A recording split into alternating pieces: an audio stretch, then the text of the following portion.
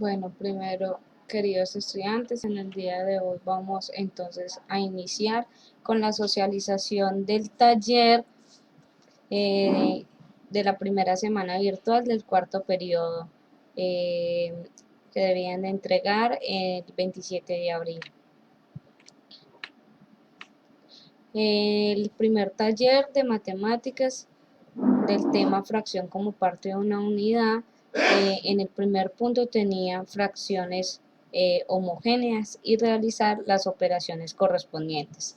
Entonces tenemos que en el primer ejercicio teníamos como denominador común el número 6, por lo cual su resultado iba a tener el mismo denominador. En los numeradores teníamos el número 5 y el número 2, que al tener denominadores comunes simplemente se operaban con el signo que tenían en la operación. Entonces, al tener una suma se debía de sumar 5 más 2, 7. En la siguiente adición teníamos un denominador común, número 8, y se adicionaban los numeradores 6 más 1, 7. ¿Listo? Entonces quedaba resultado 7 octavos. En las restas teníamos dos operaciones, 5 sextos menos 4 sextos, en los cuales teníamos denominador común el número 6.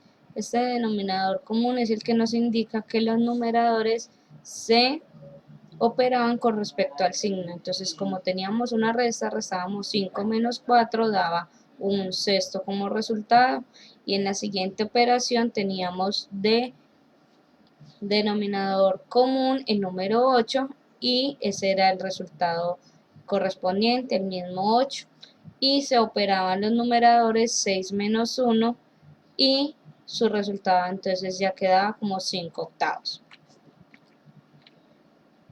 En el segundo punto teníamos fracciones heterogéneas. Recordemos muy bien que las condiciones de las fracciones heterogéneas era multiplicar en cruz o en X como lo conocemos. Entonces 2 por 4, 8, y 1 por 5, 5. Recordemos que esta multiplicación en X es la que iba en la parte de arriba, porque en la parte de abajo, que es nuestro denominador, ese se hallaba multiplicando los dos denominadores de la operación que nos planteaban. Entonces teníamos 5 por 4 daba 20, entonces correspondíamos al, al número de denominador que correspondía a 20. Si ustedes en estos dos cuadros pusieron 5 y pusieron 4 y al final tuvieron como resultado 20, también era factible, ¿listo?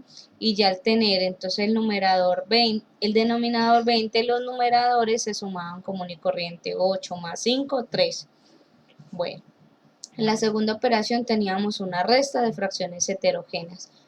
Volvemos y hacemos el mismo procedimiento, en suma y resta se hace el mismo procedimiento. Para hallar el numerador se multiplica en X, entonces 6 por 3, 18, y 2 por 7, 14, y se hace la operación correspondiente entre 18 menos 14, 4, y los denominadores se multiplicaban entre sí para hallar el denominador. 7 por 3, 21. ¿Listo? Listo, ya para continuar vamos a hacer la socialización del taller de geometría, que era unidades de capacidad. Entonces, en el primer punto nos indicaban que de acuerdo al tema unidades de capacidad, observáramos cada recipiente y ordenáramos del 1 al 4, empezando por el objeto que cabía menos. Entonces, de los 4 recipientes que tenemos acá, vemos muy bien que la cantidad de cada uno de estos es mucho mayor que la del vaso. Entonces, el vaso tiene menos capacidad que cualquier otro de los 3 objetos. Entonces ese era el número 1, vamos a seguir con el número 2.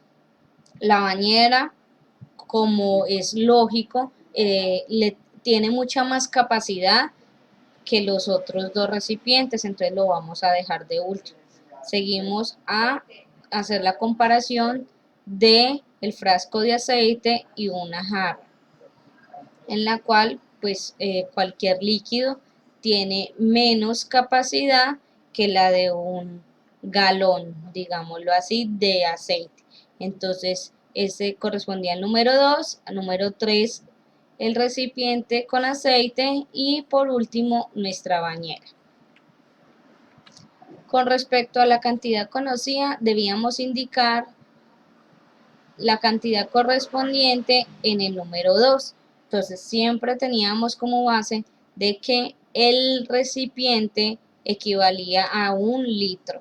O sea, una botellita correspondía a 1 litro. Entonces teníamos en la primera imagen 5 litros, ahí tenía el valor, 5 litros equivalen a lo que hay en el galón. Entonces buscamos la cantidad, 5 litros, lo señalé y debo de señalar cuál de las tres capacidades de cada botella de litro correspondía a 5 litros. Entonces tenemos 1, 2, 3, 4 y 5 botellas, o sea, 5 botellas son 5 litros. Nuestra bañera tenía 9 litros de capacidad, ubicamos la unidad y lo señalamos con la cantidad de botellas que corresponde. Entonces, si una botella correspondía a 1 litro, eran 9 botellas que debíamos de ubicar. Entonces, señalábamos 1, 2, 3, 4, 5, 6, 7, 8 y 9. 9 botellas equivalen a 9 litros. Y por último, la piscina de niños con 15 litros. Ubicamos la cantidad, la unidad y observamos que ya tenemos aquí 15 botellas en las cuales cada uno correspondía a 1 litro. En el tercer punto nos correspondía señalar con una X la respuesta correcta con respecto a la cavidad que tenía cada recipiente. Entonces nos indicaban que en qué recipiente cabía más de 1 litro en la primera imagen. Entonces tenemos que la botella vemos que es muy pequeña y no nos están diciendo qué cantidad tiene cada una. Entonces más de 1 litro. Entonces, en la taza no cabe más de 1 litro, en nuestra copa tampoco y en la botella más de 1 litro tampoco. Entonces tenemos nuestro recipiente que más o menos tiene una capacidad de más de 1 litro. En la segunda imagen teníamos la pregunta correspondiente donde cabía menos de 1 litro. Entonces tenemos en una olla, no es la respuesta correcta porque es un recipiente grande.